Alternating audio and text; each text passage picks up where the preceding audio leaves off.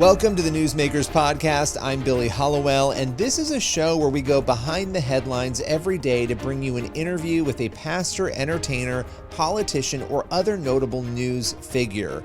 And this is a show, again, it's daily, but it's based on our weekly TV show, which is also called Newsmakers. You can watch it on the CBN News channel and also on our YouTube page. And on this show, every day, we dive deep. It's a little more longer form with one of the people who you will often see on our Newsmakers show or across the CBN News platforms. On today's Newsmakers, Willie Robertson of Duck Dynasty fame is joining us to talk about his new book, Gospeller. It's a book all about evangelism. We'll get into that and why he and his family believe it's essential to use their platform to share their faith. And not only that, but how can we all be emboldened to step out and fulfill the Great Commission? With no further ado, here is Willie Robertson. Willie, it's always good to chat with you. You've got a new book, Gospeller. And you and I were just talking offline because I was like, I was saying gospeler. And I was like, I know I'm saying this wrong.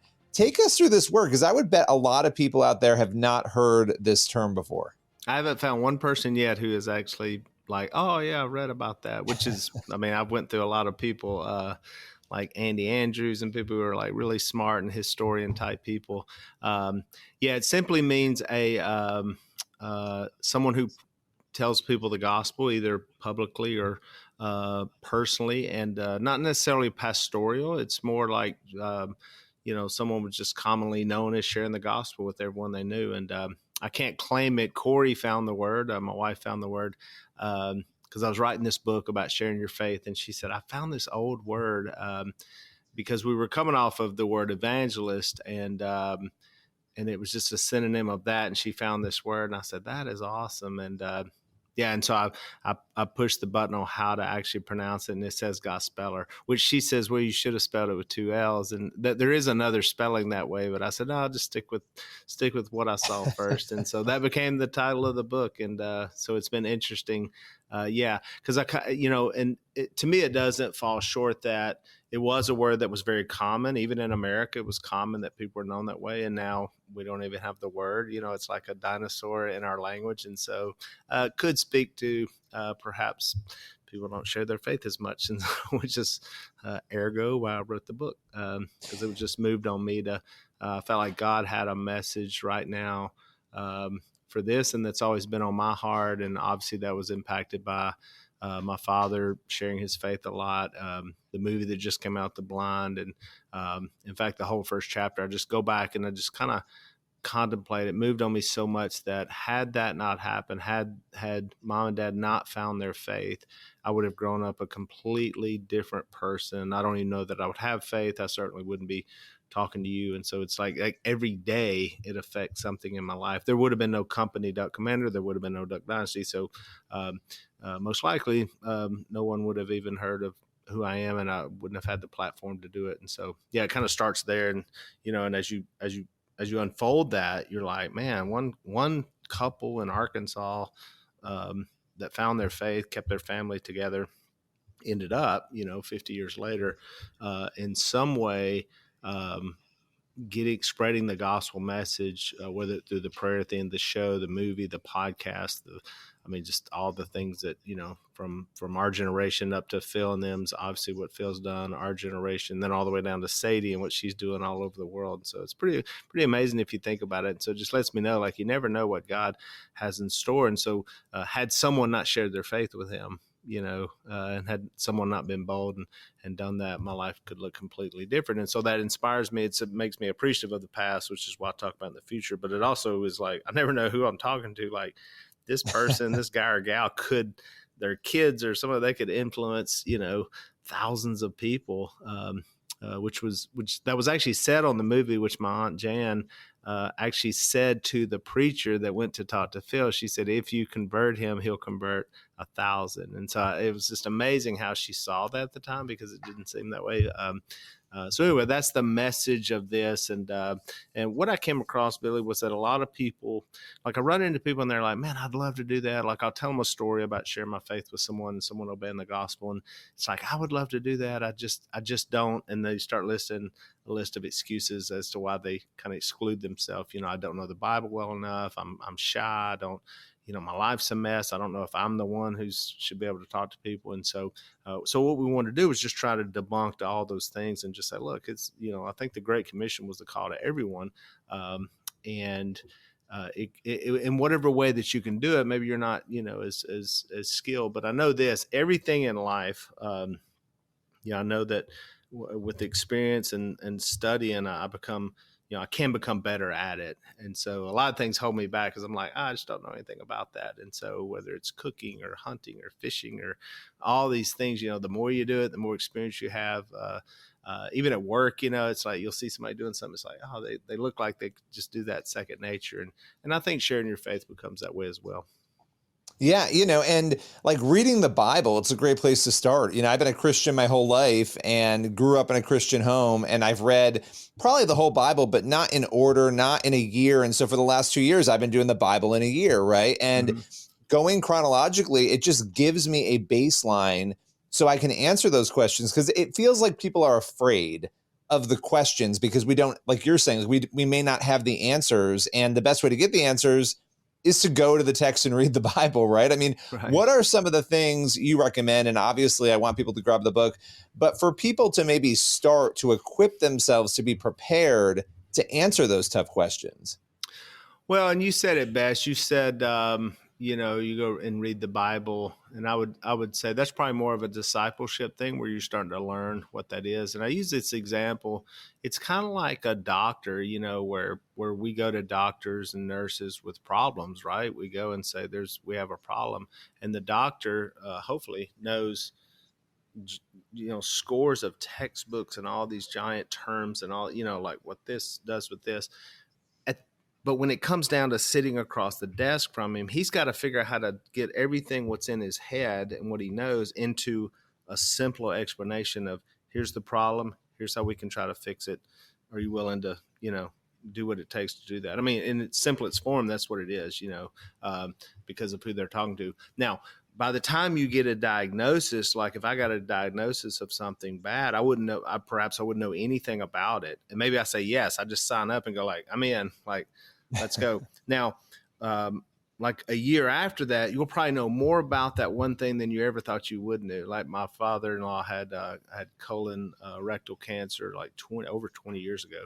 So at the beginning, it was like, I have no idea what this is. Now he's like an expert on it. He's talked to other people.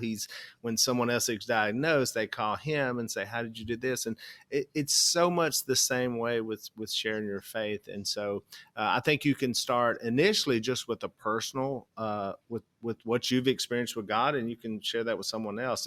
You can't argue with that. It's like, this is what happened to me. It's kind of like the blind man, in the Bible. It's like, who healed you? And he goes, I have no idea. Jesus, I was blind. Now I can see. That was it. And he was like, that's all I know. And so I think that's where it can start. Hopefully we can grow from that to where we can, the more we hear questions. And so like over my whole lifetime, one of the things my father and I love to discuss, probably more than anything, more than hunting or TV or any of those things, is actually sharing our faith and what questions were asked. I remember going to him and saying, man, they asked this. And so, because oftentimes even today, I may not know the answer. I can't give the answer right off the bat to what specifically it is that they're dealing with. And so when we approach people, I think, we may not know all the answers, but there's a lot we can show before we even give an answer about how we care and how we love. And I go through that. Like I think Jesus teaches a master class on that from John chapter 4 with a woman at a well, a person he doesn't know. And it simply starts with, can I get a drink of water? That's where it started. And so I think sometimes we think, oh, I've got to know all this theology and all. You can just ask someone for a drink of water. If you can do that, that's where it started. That's where the conversation started. And by the end, the entire village, her whole village, had come to know Jesus, and she had as well. And so that's where it can end up.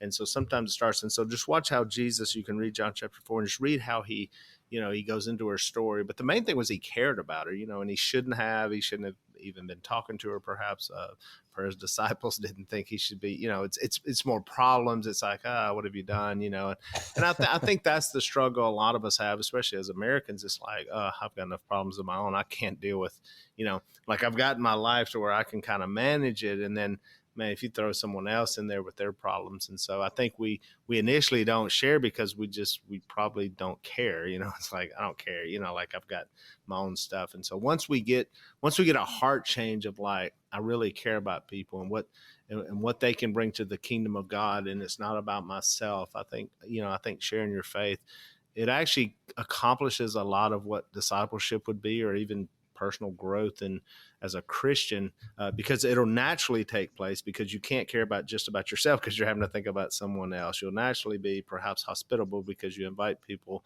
around you in your circle, in your community, because you want to share with them. You will study the Word of God because people ask you questions, and you don't want to have to call or get a hold of some pastor, at 8:00 at night on a Friday night. It would be nice to know that, to be able to at least show, to where you can go. And so, and what I often do is I'll pick up a Bible, especially when I'm talking to someone who has no clue.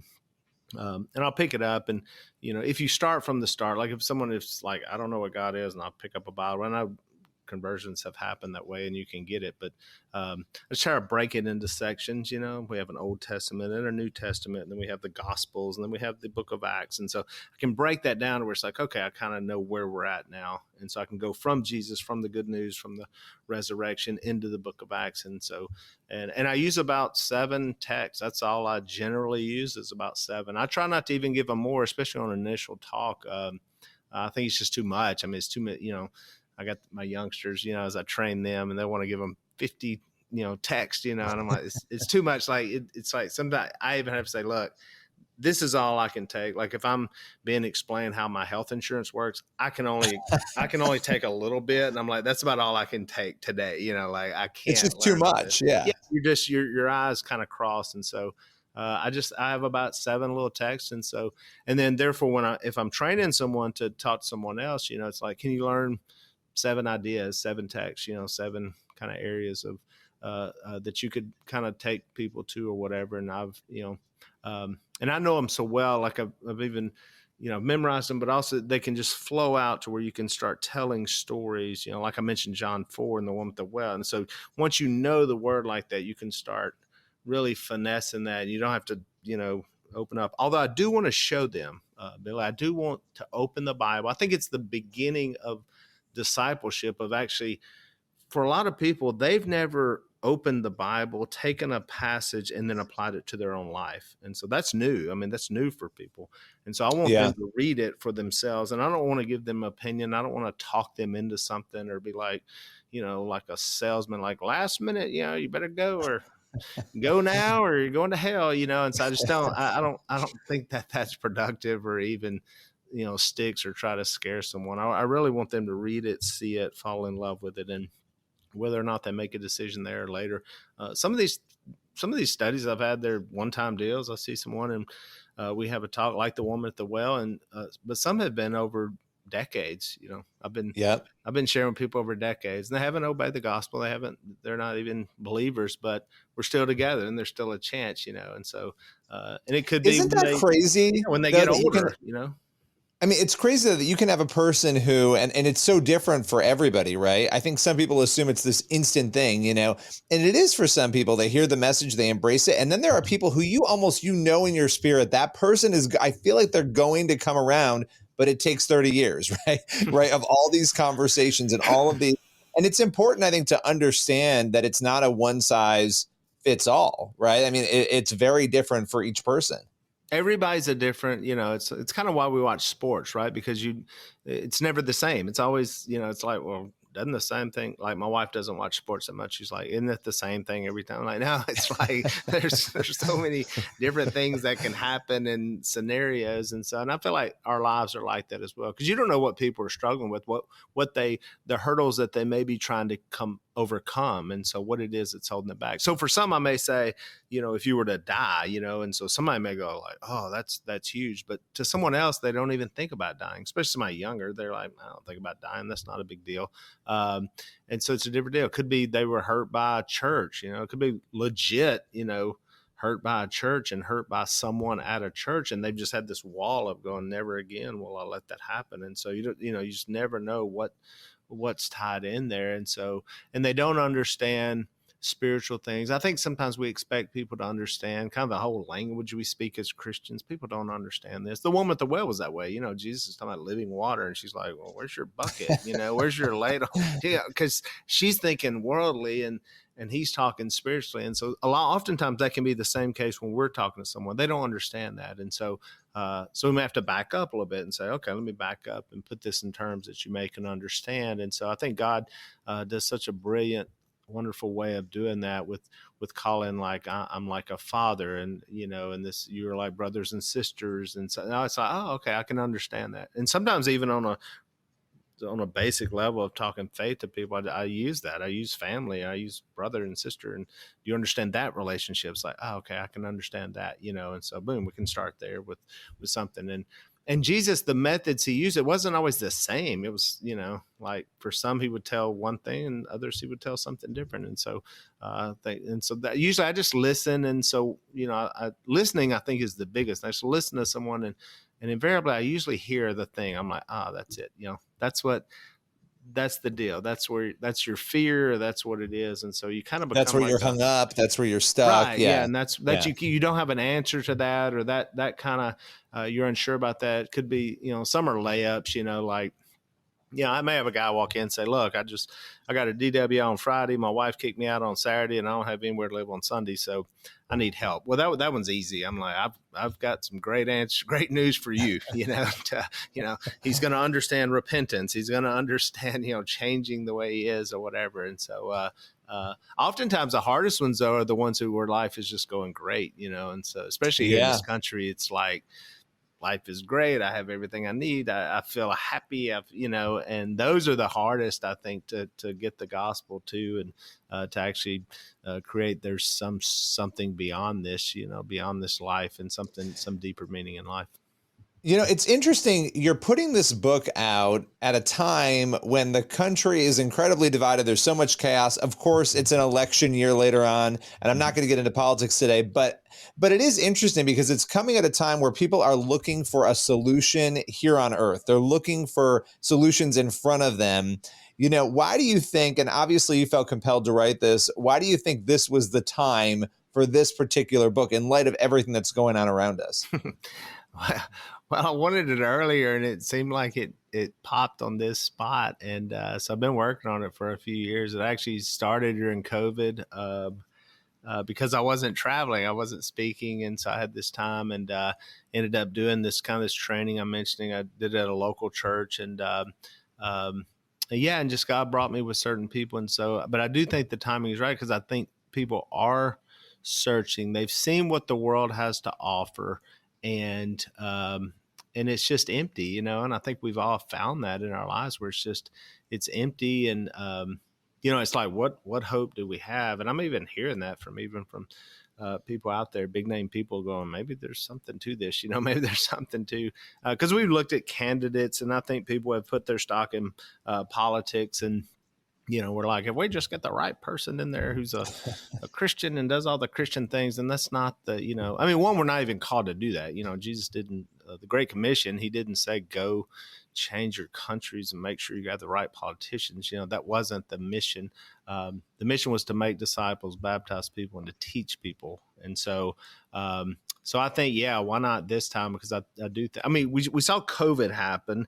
And then we saw people that were sitting in church buildings. We saw a lot of them just leave, and a lot haven't come back. And so, which, that doesn't surprise me. I don't, to me, you're not a Christian if you're sitting in a particular location in a building. That's where you're sitting. And so, that we realize, oh man, that maybe there's something missing. And I really think, Billy, it's when the church, the body of Christ, when it starts telling other people about Jesus and their faith, and actually living that out, and living out the Great Commission, when that starts happening, I think you'll really see revival. I don't think it'll happen like at some particular religious group church service thing, those are great, and those are predominantly for Christians. I mean, they're for people to come and celebrate and all that. They're not necessarily the pools for lost people. We don't find that in the New Testament outside of Acts chapter 2, where you have a giant gathering, but most of it's people talking and traveling. It's twos and threes. It's groups here. It's even in Jesus' ministry. It was